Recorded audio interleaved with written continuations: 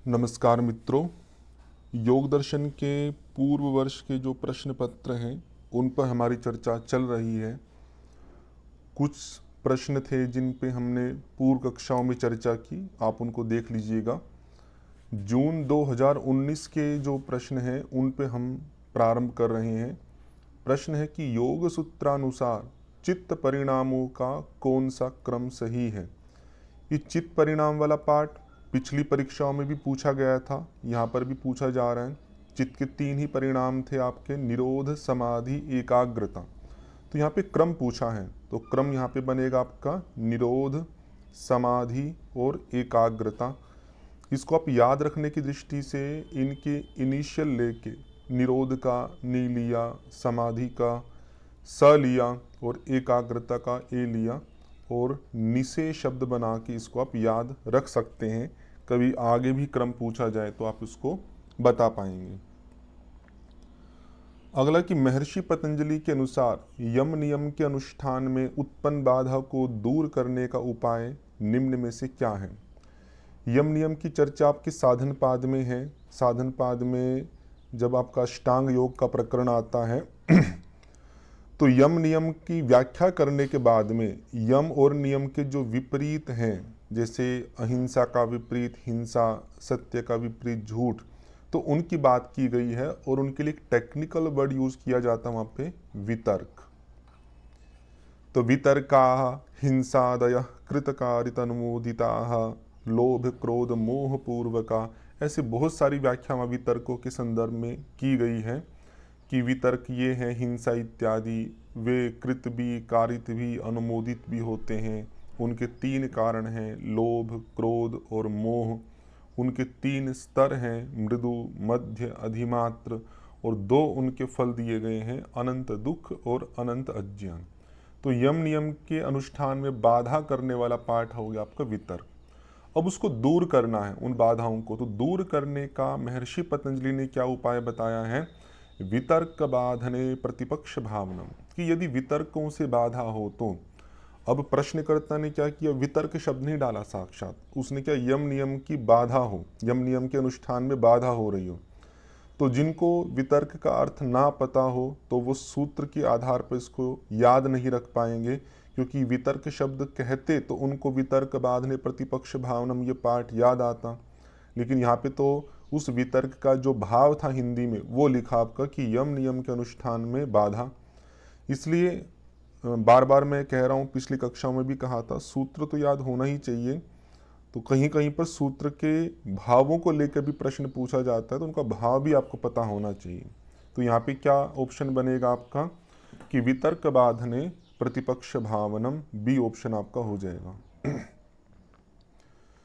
योग सूत्र के अनुसार एक तत्व का अभ्यास किसे दूर करता है, ये पहले भी आया था आपका, तत्प्रतिषेधार्थम एक तत्वाभ्यास। तो वहाँ पे चित्त के विक्षेप और उपविक्षेप, तो यहाँ पे एक ही पार्ट उन्होंने दिया विक्षेप, और पिछले प्रश्नों में वहाँ पे कम्बिनेशन भी किया था, विक्षेप भी था और आपका जो विक्षेप सहभुवत है अर्थात उपविक्षेप ये भी है। तो इन दोनों को दूर करने के लिए ही महर्षि पतंजलि ने कहा है कि चित्त को किसी एक तत्व परमात्मा पे लगा के अभ्यास करेंगे तो ये विक्षेप भी और उपविक्षेप भी दोनों के दोनों आपके हट जाएंगे। तो तत्प्रतिषेधार्थम एक तत्वाभ्यास। चौथा प्रश्न है कि योग सूत्रानुसार किस अवस्था में स्थित होने पर पूर्व जन्म का ज्ञान होता है। ये पहले भी आया था आपका प्रश्न कि पूर्व जाति जानम, जाति वहाँ पे जीवन शब्द लिखा था, अब की बार जन्म लिख दिया, जन्म थोड़ा सा और स्पेसिफिक हो गया। तो सूत्र है आपका विभूति पाद का, संस्कार साक्षात्करणात्। अच्छा, ये तो दूसरे संदर्भ में पूछा है। देखो, पूर्व जन्म का जानना 2 चीज़ों से होता है। एक पूर्व जन्म का ज्ञान जो पहले पूछा था वो संस्कार के आधार पे था, एक तो संस्कार ही ऑप्शन हो सकता है, लेकिन यहाँ पे संस्कार नहीं दिया। तो एक पार्ट और आता है अपरिग्रह। तो संस्कार वाला पार्ट तो विभूति पाद में है जो सिद्धियों के प्रसंग में आपका आता है, और अपरिग्रह वाला पार्ट तो अष्टांग योग के साधन पाद के प्रसंग में है। तो अपरिग्रह स्थैर्य जन्म कथनता संबोध, कि अपरिग्रह को यदि हम सिद्ध कर लेते हैं तो जन्म संबंधी जितनी बातें हैं कि पहला जन्म क्या हुआ, आगे क्या क्या हो सकते हैं, उन सब बातों का हमें पता लग जाता है। तो कभी हो सकता है कि आगे के प्रश्नों में कॉम्बिनेशन कर लें कि निम्न में से किस किस से पूर्व जन्म का ज्ञान होता है, और वहाँ पे ग्रुपिंग की हो गई, एक संस्कार का हो सकता है और एक अपरिग्रह का हो सकता है। क्योंकि अलग अलग से प्रश्न तो पूछ लिए हैं, संस्कार का पहले भी एक दो बार पूछा जा चुका है, अपरिग्रह का इन्होंने पूछ लिया, तो कॉम्बिनेशन के रूप में भी आगे कभी प्रश्न आ सकता है। महर्षि पतंजलि ने प्रच्छदन विधारणाभ्याम व प्राणस्य में किसका उपाय बताया? ये पहले भी आपका प्रश्न आया था। ये समाधि पाद में चित्त शुद्धि का उपाय करके एक प्रसंग चलता है, चित्त शुद्धि के उपाय, और उसमें 7 उपाय आपके वहाँ पे दिए गए हैं। चित्त प्रसादन है, ये प्रच्छदन वाला है, विषयवती प्रवृत्ति है, ज्योतिषमती प्रवृत्ति है, वीतराग विषमवादी है, ये कई सारे उपाय हैं आपके। तो एक उपाय ये भी है कि प्राणों को बाहर निकाल दो, प्रच्छदन मतलब बाहर निकाल दो, फिर उनको धारण करो, अर्थात एक तरह से बाह्य कुंभक की बात की जा रही है। तो बाह्य कुंभक करने से प्राण स्थिर होगा, और प्राण के स्थिर होने से जो चित्त है, मन है, वो भी स्थिर हो जाएगा। तो यहाँ पे इन्होंने क्या ऑप्शन में थोड़े अच्छे ऑप्शन नहीं बनाए। चित्त शुद्धि, चित्त स्थिरता, ये लगभग सब एक ही भाव के पार्ट हैं। तो क्योंकि यहाँ पर अगर प्रसंग अगर आप देखते हैं तो चित्त की स्थिरता का भी पार्ट चलता है, लेकिन चूंकि वहाँ पर कुछ बुक्स में हेडिंग के रूप में चित्त शुद्धि ही वर्ड लिखा है, तो प्रश्नकर्ता ने उसी शब्द को ही पकड़ लिया, उसके भाव को रख के चित्त स्थिरता भी तो वही पार्ट है, चित्त शुद्ध होगा तो चित्त स्थिर भी होगा। और महर्षि व्यास ने वहाँ लिखा भी ऊपर, चित्त स्थिर पदम लभते, चित्त जो है आपका स्थिर पद को या स्थिरता को प्राप्त कर लेता है। लेकिन वो बुक के हेडिंग के आधार पर उन्होंने चित्त शुद्धि को ही यहाँ पर लिया, और चित्त शुद्धि के रूप में ही इन्होंने आंसर को स्वीकार किया आपका। तो बी ऑप्शन आपका हो जाएगा। और आगे भी कभी प्रश्न आता है इनके संदर्भ में, तो आपको चित्त शुद्धि ही शब्द से इनको पहचानना चाहिए। योग सूत्र के अनुसार किस वायु पर विजय से योगी का शरीर दे दीप्यमान हो जाता है? विभूतिपाद से है वहाँ पे सिद्धियों के प्रसंग में, वहाँ पे 2 प्राणों की चर्चा आती है आपकी, समान के और उदान की। उदान के संदर्भ में प्रश्न पहले आया ही था। उदान में था कि जल, पंख और कांटे इनसे प्रभावित नहीं होता, और उत्क्रांति मृत्यु के समय पर ऊर्ध्व गति होती है। वहाँ पे समान का मैंने उसी प्रसंग में बताया था कि समान का जो होता है वो है ज्वलन। तो ज्वलन का ही हिंदी में अर्थ होता है आपका देदीप्यमान, ज्वलन का ही।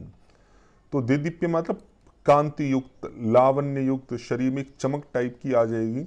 तो वैसा ही अभिप्राय ज्वलन का लेना चाहिए। ज्वलन का ये अभिप्राय नहीं कि वो जलने लगेगा, ज्वलन का अभिप्राय है आपका देदीप्यमान। तो ये समान आपका आंसर हो जाएगा कि समान प्राण की सिद्धि करने पर शरीर जो है योगी का वो कांति युक्त हो जाता है, देदीप्यमान हो जाता है। तो ये सब वर्ड आपको ध्यान रखने चाहिए, किसी भी शब्द से आगे भी प्रश्न पूछा जा सकता है। अगला कि योग सूत्रानुसार सूक्ष्म व्यवधान युक्त और दूर देश में स्थित वस्तुओं की ज्ञान प्राप्ति का उपाय क्या है? तो ये भी विभूतिपाद की सिद्धियों के ही प्रसंग से पूछा गया है। तो वहाँ पे हमने देखा था समाधि पाद में 2 प्रकार की प्रवृत्तियाँ होती है, एक विषयवती प्रवृत्ति है, एक ज्योतिषमती प्रवृत्ति है, जो चित्त शुद्धि के प्रसंग में आती है।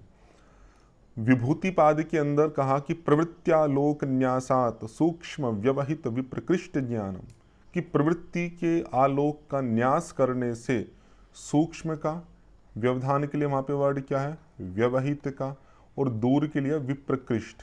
तो हो सकता है कि आगे दूर शब्द न लिख के विप्रकृष्ट ही लिख दें। विप्रकृष्ट का अर्थ होता है दूर। तो इन वस्तुओं का ज्ञान, वहाँ पे मूल में कहीं पर प्रवृत्ति को स्पेसिफाई नहीं किया है कि वो प्रवृत्ति विषयवती है या वो प्रवृत्ति ज्योतिषमती है, लेकिन महर्षि व्यास के भाष्य में वहाँ प्रवृत्ति से क्या लिया गया है, ज्योतिषमती प्रवृत्ति, और उसी आधार पे प्रश्न इन्होंने पूछ लिया। तो विषयवती प्रवृत्ति नहीं है वहाँ पे, ज्योतिषमती प्रवृत्ति है, विशोकाबा ज्योतिषमती वाली, कि उस ज्योतिषमती प्रवृत्ति को यदि कोई व्यक्ति सिद्ध कर लेता है, किसी वस्तु में स्थापित कर लेता है, तो वो सूक्ष्म वस्तु हो उसको भी जान लेगा, कितनी छोटी से छोटी क्यों ना, एटॉमिक लेवल पे। बीच में कोई व्यवधान हो दीवार इत्यादि का, उन व्यवधान के बाद भी जान लेता है।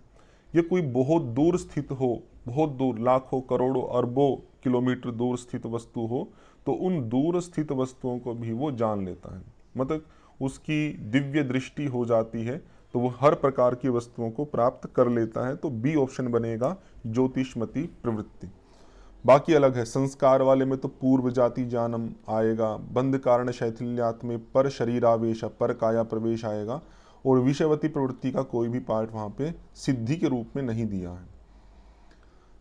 दुख दौर्मनस्य अंग में जयत्व श्वास प्रश्वास विक्षेप सह भुव, इस सूत्र को इन्होंने कोटेड किया। यह सूत्र किसके लक्षणों के बारे में बताता है? तो यहाँ पे इन्होंने ऑप्शन में 4 प्रकार के शरीर रखे हैं, तो उनमें से किस शरीर के साथ ये जुड़ा हुआ है? तो मेरी अपनी बुद्धि के अनुसार ये ऑप्शन सही नहीं है। वैसे इन्होंने जो स्वीकार किया वो भौतिक शरीर, फिजिकल जो बॉडी है उसको स्वीकार किया है। लेकिन मुझे लगता है कि जैसे दुख है, दौर्मनस्य है, दुख में शारीरिक दुख तो आता ही आता है फिजिकल वाला, लेकिन मानसिक आध्यात्मिक दुख आदि भी मन के स्तर पे भी पार्ट आपका है। दौर्मनस्य तो पूरा मन से ही जुड़ा हुआ है। अंग में जयत्व है, ये फिजिकल बॉडी से जुड़ा हुआ है। श्वास प्रश्वास वाला पार्ट है, ये प्राणिक बॉडी से जुड़ा हुआ है।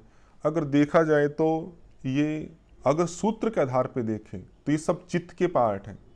चित्त विक्षेप सह भुवा, चित्त के साथ ये जुड़े हुए हैं।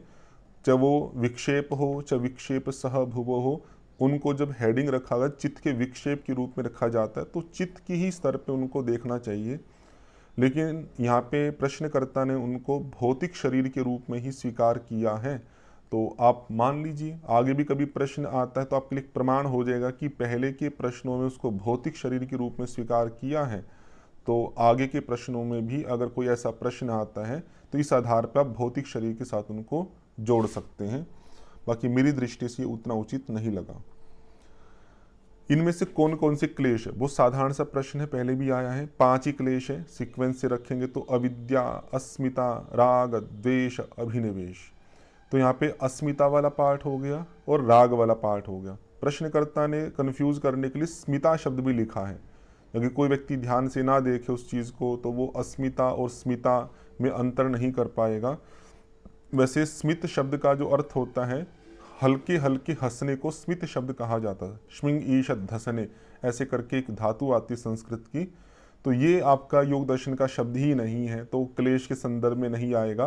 क्लेश के संदर्भ में अस्मिता है, और अस्मिता के संदर्भ में प्रश्न आपसे पहले पूछे भी जा चुके हैं कि दृक् शक्ति और दर्शन शक्ति की एकात्मता को अस्मिता कहा जाता है। दुख आपका है ये उपविक्षेप, जो ऊपर पढ़े थे हमने विक्षेप सह भुवा, उसमें आता है, क्लेशों में नहीं है। और दूसरा है राग। तो बी और डी ये 2 पार्ट आपके बनेंगे, अतः फर्स्ट ऑप्शन हो जाएगा। उपविक्षेप का फिर आ गया, ऊपर आपका सूत्र दिया ही था, फिर उसको ही पूछ लिया कि उपविक्षेप कौन कौन से हैं। तो दुख दौर्मनस्य अंग में जयत्व, द्वेष आदि है ये आपका क्लेश है, द्वेष तो। अनवस्थित तत्व ये विक्षेप है, उपविक्षेप नहीं है। तो दुख और अंग में जयत्व यही आपके उपविक्षेप है। तो बी और डी फर्स्ट ऑप्शन आपका हो जाएगा। आगे कथन कारण है समाधि प्राप्ति में सिद्धियां विघ्न है। ये विभूति पाद के एक सूत्र को अनुवाद के रूप में प्रस्तुत किया है। वहां पे आता समाधौ उपसर्गा व्युत्थाने सिद्धयः, समाधौ उपसर्गा व्युत्थाने सिद्धयः।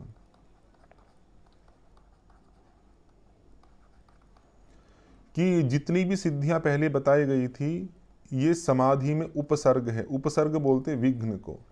अब हो सकता है कि अगली बार प्रश्न में विघ्न शब्द ना लिखे, उपसर्ग ही लिख दे। संस्कृत के शब्द तो आते ही आपके, तो आपको ध्यान रखना चाहिए उपसर्ग का क्या अर्थ है वहाँ पे सूत्र में विघ्न। तो वही लिखा कि समाधि प्राप्ति में सिद्धियां विघ्न है, तो सही बात है। फिर देवताओं के आमंत्रण पर भी योगी को साधना छोड़कर भोगों की ओर आसक्त नहीं होना चाहिए। ये भी विभूतिपाद का एक सूत्र, स्थान्युपनिमंत्रणे संगस्मयाकरणम पुनः अनिष्ट प्रसंगात, कि अगर बड़े बड़े देवताओं के या बड़े बड़े राजाओं के द्वारा आमंत्रण हो, स्थानीयों से आमंत्रण हो रहा हो, तो आपको नहीं, मतलब संग और स्मय 2 वर्ड यूज करते हैं वे, संग और स्मय। संग मतलब आसक्ति, स्मय मतलब अभिमान। तो यहाँ पे संग वाला पार्ट उन्होंने लिया है, आसक्ति नहीं करनी चाहिए। तो देवताओं या किसी के द्वारा भी आमंत्रण किया हो तो योगी को निर्लेप ही रहना चाहिए, वो साधना छोड़ के उनकी तरफ आसक्त नहीं होना चाहिए। तो ये पंक्ति भी योग के सूत्र से मैच होती है, तो ये भी सही है। तो अब देखते हैं कि यह कथन कारण के रूप में है। अब यहाँ पे कहा था कि समाधि प्राप्ति में सिद्धियां क्या है, विघ्न है। तो उस विघ्न के पार्ट को ही दिखाया जा रहा है कि अगर कोई सिद्धियां हैं जिसके कारण से कोई राजा, कोई देवता आपके प्रति कोई भाव रख रहा है या वो आपका सम्मान कर रहा है, उस सम्मान की दृष्टि से आपको बुलाता है, आपको आमंत्रित करता है और आपने उसको आमंत्रण को स्वीकार किया, साधना को छोड़ दिया, तो आपका क्या है, अनिष्ट प्रसंग। वहाँ पे लिखते हैं कि आप पतित हो जाओगे, भाव रूप में आप कह सकते हो आप पतित हो जाओगे। तो वही भाव यहाँ पे अभिव्यक्त किया है। तो हम कह सकते हैं कि दूसरी जो पंक्ति है वो पहली पंक्ति का कारण भी प्रस्तुत कर रही है। तो वैसे तो ज़्यादा अच्छा क्या होता कि आसक्त नहीं होना चाहिए कि साथ में एक पंक्ति और लिखनी चाहिए थी। अगर आसक्त होता तो अनिष्ट प्रसंग होगा, वो पतित हो सकता है, तो तभी वो विघ्न के रूप में ज़्यादा रिलेट होता, लेकिन नहीं लिखा है। वो कोई बात नहीं, जैसा भी है। तो इसको कारण के रूप में ही इन्होंने स्वीकार किया है। किन्हीं किन्हीं प्रश्नों में मतलब उतना सही नहीं जोड़ा उन्होंने, जिस प्रकार से कारणत्व को वहाँ पर अवस्थित करना चाहिए था उतना अच्छा नहीं है। फिर भी क्योंकि सब्जेक्टिव अप्रोच हो गई, सामने हो व्यक्ति तो उनसे कुछ चर्चा की जा सकती है, उस बात को समझा जा सकता है। लेकिन यहाँ पर फीडबैक देते हैं तो उतना सब पार्ट नहीं होता, वो उनकी स्वेच्छा है, वो उस चीज़ को स्वीकार करे ना करे। लेकिन कारणत्व जो होता है, कारणकारी जो संबंध होता है, तो वो कार्य को कारण अच्छी प्रकार से व्यवस्थित करे या उपस्थापित करे, तो उस तरह का पार्ट तो नहीं है, लेकिन फिर भी थोड़ा बहुत अंश में यहाँ पर स्वीकार किया जा सकता है। तो फर्स्ट ऑप्शन आप इसमें कर सकते हैं। अगला है कि व्याधि चित्त विक्षेप के साथ प्रकट होती है। चित्त विक्षेप हमने पढ़े ही थे अभी आपके, व्याधि स्त्यान संशय इत्यादि करके। तो वही बात है कि जो व्याधियां हैं, बीमारियां हैं, व्याधि का परिभाषा वहाँ पे दी है आपकी, धातु रस और करण की विषमता। आगे आदि से व्याधि से स्त्यान संशय भी ले सकते हैं। तो वहाँ पे लिखा है महर्षि व्यास ने कि ये चित्त विक्षेप के साथ ही होती हैं। जैसे चित्त विक्षिप्त होगा तो चित्त विक्षिप्त मतलब है जो क्षिप्त मूड विक्षिप्त वाली जो अवस्था है, तो वो विक्षिप्त को यहाँ पर आप ले सकते हैं। तो जैसे जैसे चित्त विक्षेप होंगे उनके साथ में व्याधि स्त्यान संशय इत्यादि जो दोष है वो भी प्रकट होंगे। तो ये बात बिल्कुल सही है। फिर चित्त विक्षेप त्रिदोष में वैषम्य उत्पन्न करता। तो पहली पंक्ति में कहा था कि व्याधि उत्पन्न होती है। तो व्याधि क्यों उत्पन्न होती है? जैसे चित्त में विक्षेप होगा, रजस तमस बढ़ेगा, उससे जो वात पित्त कफ जो त्रिदोष है, वे त्रिदोष सम अवस्था में नहीं रह पाएंगे, वे क्या हो जाएंगे, विषम हो जाएंगे। तो पहली पंक्ति की बिल्कुल सही व्याख्या कर रहा है कि व्याधि क्यों होगी। हमें पता है कि हमारे शरीर में व्याधि होने का जो कारण है वो है वात पित्त और कफ की विषमता, और वात पित्त कफ की विषमता को ही इन्होंने यहाँ पे सही सही करके बताया है कि वात पित्त कफ की विषमता क्यों हो जाएगी, क्योंकि चित्त आपका विक्षिप्त हो रहा है। तो दोनों पंक्ति सही है और ये तर्क भी बिल्कुल सही दिया गया है। तो फर्स्ट ऑप्शन आपका कह सकते हैं कि दोनों सही है और सही व्याख्या भी है। फिर क्लेश की अवस्थाएं हैं वहाँ पे साधन पाद में, जब क्लेशों की चर्चा की गई है अविद्या स्मिता आदि, तो उसी में एक सूत्र आता अविद्या क्षेत्रम उत्तरेशम प्रसुप्त तनु विच्छिन्नोदाहरणा। तो वहाँ पे अस्मिता आदि जो चार क्लेश हैं उनकी चार अवस्थाएं दी है। प्रसुप्त पहली, तनु, विच्छिन्न और उदार, ये चार आपके क्रम दिए हैं। तो इसी क्रम से आपको याद रखना चाहिए क्योंकि यहाँ भी क्रम ही पूछा है। तो प्रसुप्त अवस्था, फिर तनु अवस्था, फिर विच्छिन्न अवस्था, फिर उदार अवस्था। इस आधार पर आप ऑप्शन चूज कर लीजिएगा। फिर मैचिंग का पार्ट आया आपका कि कौन किससे होता है। ततो द्वंद्व अनभिघातः, कि उसके सिद्ध होने पर द्वंद्व जो है आपके सर्दी गर्मी इत्यादि वो अभिघात नहीं करेंगे, आपको पीड़ित नहीं करेंगे। तो ये आसन का फल है आपका। वैसे तो तपो द्वंद्व शयनम में द्वंद्व शब्द आया है, लेकिन वो तप का नहीं करना, और इन्होंने सही बात है तप का ऑप्शन दिया भी नहीं है। तो आपको ध्यान रखना चाहिए कि जो द्वंद्व का अनभिघात वाला पार्ट है वो आसन के संदर्भ में कहा है। धारणा सुच योग्यता मन से पहले आ चुका है, प्राणायाम का है। ततः परमावश्यता इंद्रियाणाम, ये पहली बार आया, ये प्रत्याहार का पार्ट है। प्रत्याहार के सिद्ध होने पर इंद्रियों पर परम अवश्यता, उत्कृष्ट स्तर का नियंत्रण प्राप्त होता है। संतोषात अनुत्तम सुख लाभ, संतोष किस में आता है आपका, ये नियम में आता है तो नियम में आ जाएगा। अस्तेय प्रतिष्ठायाम सर्वरत्नोपस्थानम, अस्तेय किस में आता है आपका, यम में आता है तो ये यम में आ जाएगा। इस प्रकार से आप मैचिंग कर सकते हैं। अगला भी मैचिंग का ही है, वही विभूति पाद की जो प्रातिभ श्रावण वेदना आदर्श इत्यादि थी वस्तुएं, उनको ही यहाँ पे दिया गया है। तो यहाँ पे सिद्धियों के अंदर किस किस का ज्ञान होता है वो मैच करने के लिए उन्होंने कहा है। तो प्रातिभ के अंदर वहाँ पे 5 चीज़ों की साक्षात्कार है। सूक्ष्म का है, व्यवहित का है, विप्रकृष्ट का है, अतीत का है मतलब भूतकाल, और अनागत मतलब भविष्यत काल। ये 5 पार्ट हैं। तो इन्होंने एक ही लिखा यहाँ पे, हो सकता है कि आगे और कोई शब्द से भी लिखा मिल सकता है। तो प्रातिभ में सूक्ष्म वस्तुओं का ज्ञान। श्रावण शब्द से आपको दिख ही रहा है तो दिव्य शब्द का सुनना। आदर्श का मैंने पहले बताया था, दर्पण को मिरर को बोलते हैं, तो रूप हो गया आपका, तो दिव्य रूप हो गया। और वार्ता जो शब्द है ये दिव्य गंध के लिए किया जाता है, तो दिव्य गंध का ग्रहण। इस प्रकार से आप इसको मैच कर सकते हैं। तो इस प्रश्न पत्र के भी सारे पूरे हो गए हैं। तो आप इसको अच्छे से, पहले के भी आप देख लीजिएगा इनको भी, और कोई सुझाव हो हमारे लिए जिससे हम आपको और अच्छे से करा सकें तो आप कमेंट्स के माध्यम से हमें दीजिएगा।